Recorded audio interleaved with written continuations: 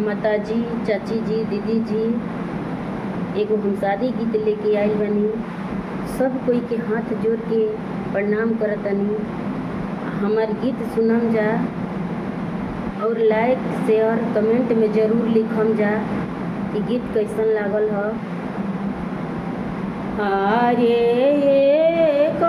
कियरिया में दावाना मोड़ुआवा, एक कियरिया हरियर दूध।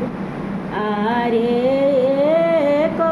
कियरिया में खड़ा भइले श्री राम दुल्हा, छने छने बदले ले रूप। अरे मड़उआ में खड़ा भइले श्री राम दुल्हा, छने छने बदले ले रूप। अरे परिछे बर भइली सासु छोहागी, सुरत देखिया मुरुझा। अरे परिछे बर भइली सासु सोहागिनी, सुरत देखिया मुरुझा। किया तोरा दुल्हा हो सोचवे के ढारल, किया तोहरो गढ़ेला सोनार।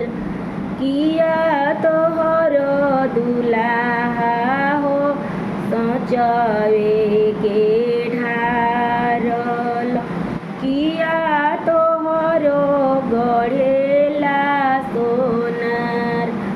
नाही मोरे सासु हो सोचवे के ढारल, नाही मोरा गढ़ेला सोनार, नाही मोरा गढ़ेला सोनार।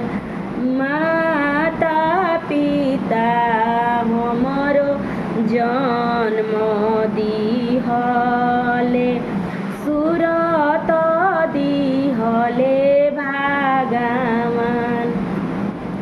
माता पिता हमरो जन्म दी